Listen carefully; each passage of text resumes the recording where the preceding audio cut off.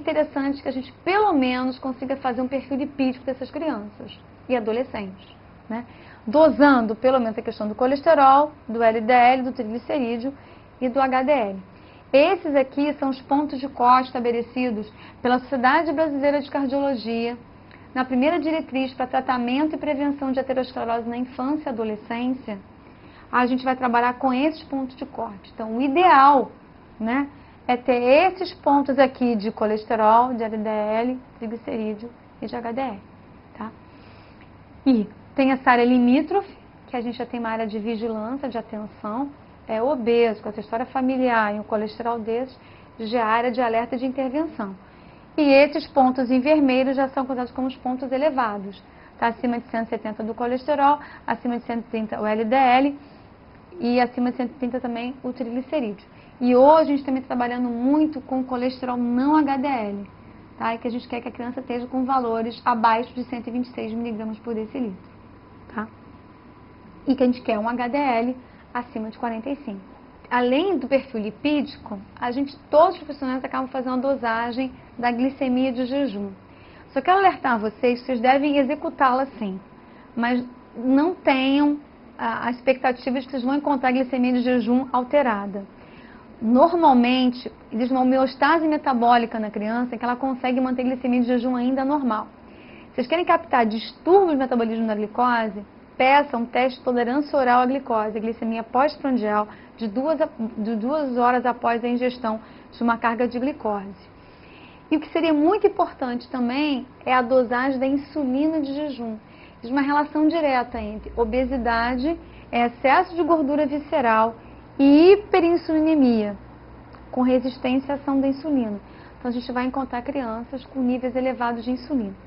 O ponto de corte para a insulina, eu quero ressaltar para vocês, que eles não têm uma uniformidade de acordo com a faixa de idade, tá? 23 a gente já considera como elevado. Quer dizer, a gente tem trabalhado mais com ponto por volta de 13 para a insulina. E o que vocês vão encontrar são crianças com 30, com 38, a gente fica com 60 de insulina. Normalmente associado com a acantose, tá? Com aquelas manchas escurecidas no pescoço, axilas, tá? E aí, se vocês pedirem glicose e insulina de jejum, vocês peçam para calcular o HOMA-IR, que é o índice de resistência à insulina. Esse é o ponto de corte para adulto. A gente não tem ponto de corte estabelecido para criança e para adolescente. Mas, com a insulina aumentada, a gente naturalmente vai ter um HOMA-IR aumentado, tá?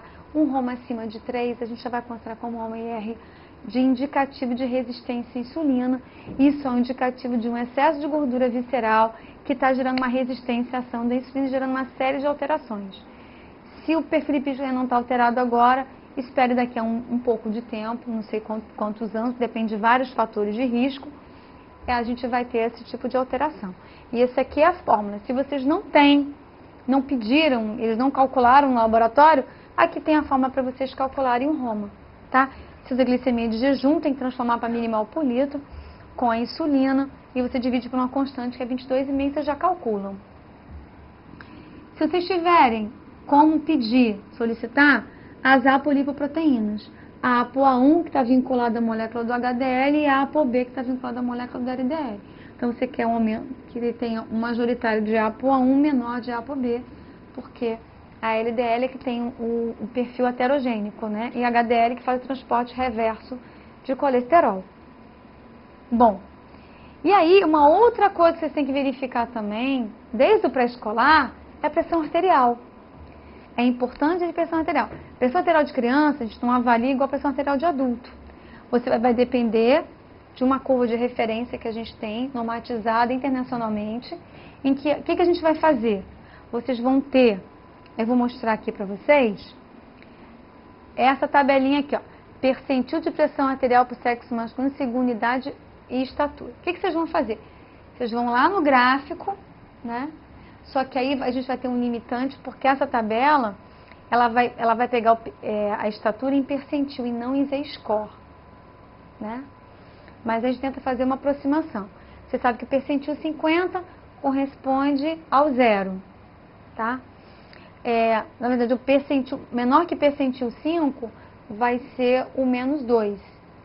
E maior que o percentil 95 vai corresponder ao +2, mais ou menos. Mas tem uma precisão maior, vocês vão ter que usar o gráfico de percentil, né? Não em Z-score para poder avaliar a estatura. Então, o instrumento que vocês vão ter que ter separado da cartilha, que é o gráfico em percentil que tem disponível no Ministério da Saúde, vocês têm como pegar isso online sem problema nenhum. Tá? Então, o que você vai fazer? Vamos supor que você tem uma criança aí de 7 anos de idade, tá?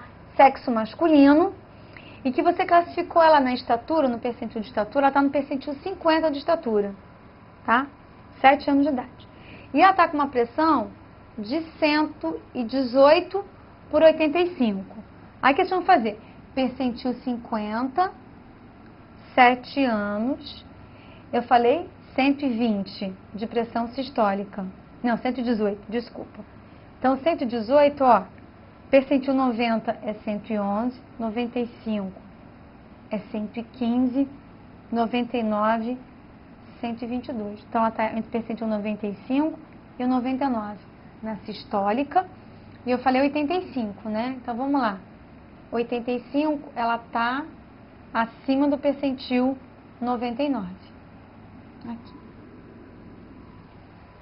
No diagnóstico, vamos voltar aqui nessa terminação internacional, todo mundo esse ponto de corte. A criança é normal na pressão, se a sistólica e a diastólica estão menor que o percentil 90. Lá dessa tabela de referência que é internacional, que está nessa mesma diretriz que eu falei para vocês em relação ao perfil lipídico. Ele é pré-hipertenso, se a pressão sistólica e diastólica está entre 90 e 95. Hipertensão em estágio 1, entre 95 e 99. Essa criança está o quê? De 7 anos, sexo masculino, com a pressão de 118 por 85, ela está hipertensa, tá? Em estágio 1. E, na verdade, em estágio 2, porque ela já tem a pressão diastólica acima do 99. Né?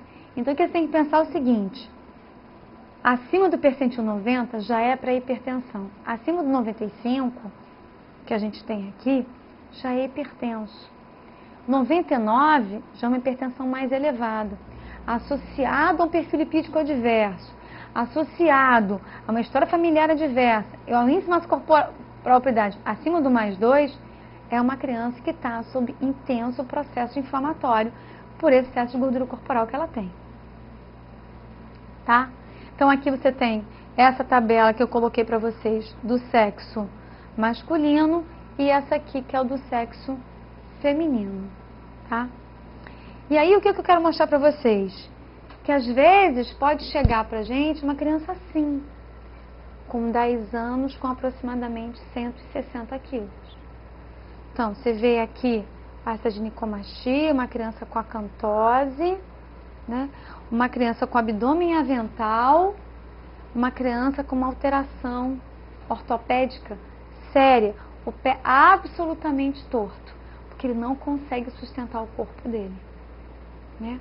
Quer dizer, uma criança que não conseguiu ser captada da mesma forma, ela veio de um município do Rio de Janeiro, né, da região serrana, e uma criança que já chegou num estado muito mais grave, uma criança que tem na verdade, a circulação dela comprometida, ela tem uma pele com aspecto de elefante, né, por causa do retorno venoso, por causa do peso, né, e ela já tinha um pouco de cardiomegalia, do aumento, né, da área cardíaca, e com comprometimento também de pressão arterial, né. Então, o que vocês têm que lembrar é o seguinte: o que vai fazer alguém ficar gordinho? Será que quem é gordinho hoje pode ficar gordinho amanhã? Né? Depende da idade que a criança começou, depende da história familiar, depende de como sou conduzido. Quem sabe é o seguinte: entrou na adolescência gordinho, a chance de ele ficar um adulto gordo é muito maior.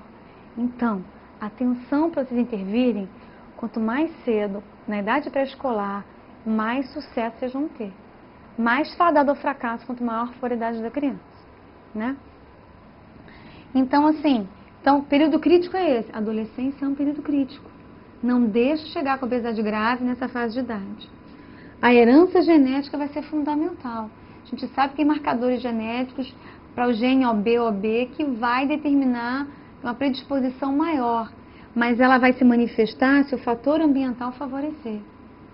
E o fator ambiental aqui entra hábito alimentar da família e da criança, e vai entrar a questão da atividade física, né? Que vai ser fundamental, né? E aí a gente sabe que um fator dentro dessa história toda dela é você desmamar precocemente e introduzir os alimentos de forma equivocada nos primeiros anos de vida. Então você já começa a ensinar aqui errado, né? Fazer mamadeiras hipercalóricas, dar comida para a criança dormindo, né? Vários equívocos, né? Sobremesas equivocadas para a criança, habituando ela com sobremesas de sabor adocicado. A criança ingerindo hoje, na verdade, muito mais quantidade em detrimento da qualidade. Então, você tem pratos, macarrão com batata frita, arroz, feijão, uma farofinha de ovos. Então, você vê assim, na verdade, uma mistura, né, que não está equilibrada. Uma baixa atividade física, como eu já tinha falado anteriormente para vocês, que a criança, o tempo dela livre é a quantidade sedentária. A gente viu que um desequilíbrio da ingestão entre o que você ingere e o que você gasta. De 2% em 10 anos, você ganha só 20 quilos de gordura. Para a gente ver como a intervenção precoce lá no pré-escolar, ela vai ser importante. Eu falei para vocês como vocês devem investigar essa história gestacional em relação à questão do peso ao nascer, que a gente sabe que quem nasce com baixo peso, nasce com uma redução da massa muscular, a quantidade de gordura de massa muscular, ela determina a taxa metabólica basal, então você acaba tendo um gasto basal menor.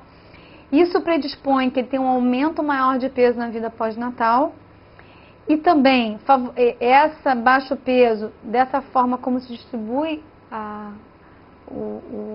os compartimentos, né, no corpo dessa criança, em relação à massa gorda e massa livre de gordura, parece que esse aumento de ganho de peso dá muito mais dessa gordura na região abdominal, que é essa gordura, né, que leva a efeitos metabólicos que favorecem a resistência à insulina, com aquele aumento de nível de insulina que eu tinha falado para vocês anteriormente. Então, atentos à criança que nasce com baixo peso. E aí, o que acontece? Você vê uma criança obesa, que pode ser hipertensa, dislipidêmica, que no futuro é um candidato a ter diabetes mellitus tipo 2, mas não agora como pré-escolar e escolar, começa a aparecer na adolescência. Predisposto a desenvolver osteoartrite, vários problemas, apneia, a criança acorda, não consegue respirar pela quantidade de gordura, essa compressão que ela faz. Problemas respiratórios e na vida futura, predisposto a acidente vascular encefálico, câncer, doenças da vesícula e além dos problemas grandes, emocionais e estéticos. Para uma sociedade que manda você comer porcaria, mas você tem que ser lindo, maravilhoso e magrinho. Né? Quer dizer, é uma esquizofrenia da sociedade, né? Ela estimula você a um hábito adverso, mas ela cobra de você também, e aí no adolescente esse dilema cresce de uma forma muito intensa, e aí a gente vai ter os transtornos alimentares, né? Que é a compulsividade, e a criança acaba até depois, em muitos momentos, a menina migrando para a bulimia, né? E aí, o que na verdade trouxe muito reforço para a gente trabalhar na área da saúde? Então, esse estudo trouxe como subsídio importante em que o excesso de peso, né, ou seja, índice de massa corporal, 185, ou seja, entre o mais 1 e o mais 2, você tem um risco